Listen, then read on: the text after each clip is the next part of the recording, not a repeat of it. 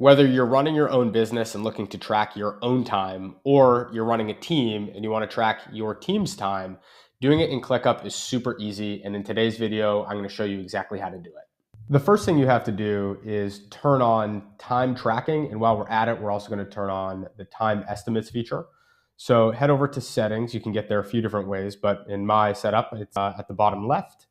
And then you go to the App Center and you'll see a section called ClickApps. These are apps created by ClickUp that you can turn on or off to make your setup more simplified or more complex, however which way you need it for you and your team.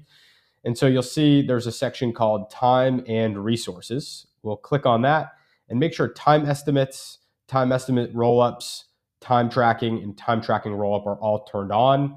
And then you should be all set to make sure you can track your time in ClickUp and teach your team how to do that as well. So that's the first step. The second step is setting up your views to have columns that are the time estimates and time tracking, so you can very easily add your estimated time, and I'll show you why that's important in just a second. And then also turn on the time tracking per each task, which I'll show you the best ways to do that as well. So to add the appropriate columns in any view you're in, you'll see if I click into my space for client work and look at lists, I already have the time estimate and time track columns added. If you're in a view that doesn't have them yet, all you have to do is hit this add a column button, and I search for time, and you can do time estimate and time tracked, and that turns those on for your particular column. I like to have time estimates first and then time tracked. So now that we have both columns, let's do a few things. The first one is I want to use the time estimates column and property to try to reflect what my best guess is for how long it's going to take myself or somebody on my team to complete a task. You'll see here I've assigned this one to just a dummy person in my account, call it a teammate. Let's say this task 1, is going to take this individual 3 hours. I have task 3 and 2 both assigned to me. Let's say this one's going to take 2 hours and 30 minutes. And this other one is going to take 4 hours. Now, the reason why I bring this up is there is a cool feature within ClickUp called Workload.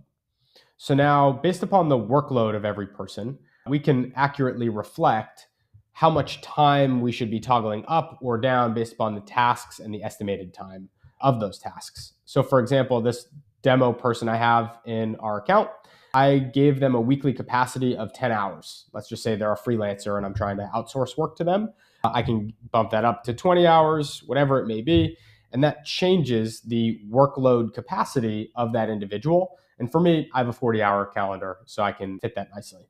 So if we go back to that client work, for example here, and I want to put a due date on task 2 and 3. Let's say it's due Friday and task 2 is due tomorrow.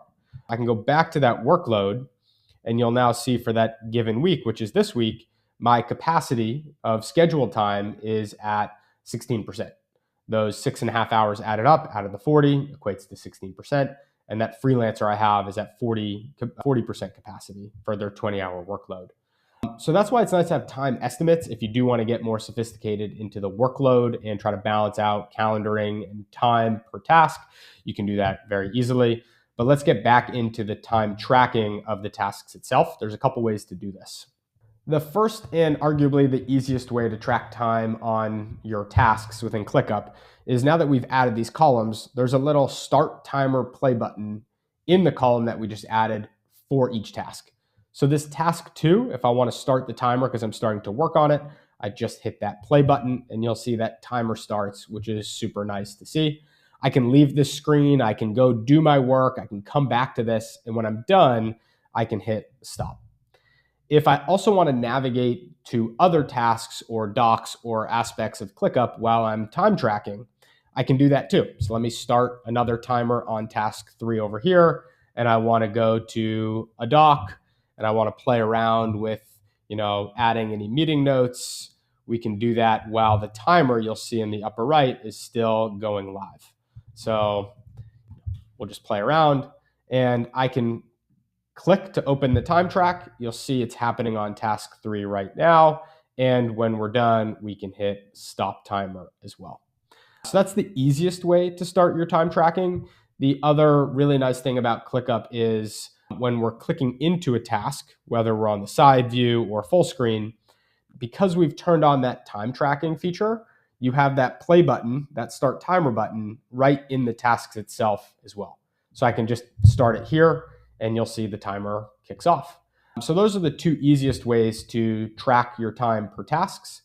But let's say you forgot to actually hit the start timer button and you're like, shoot, I actually spent 36 minutes on task 2.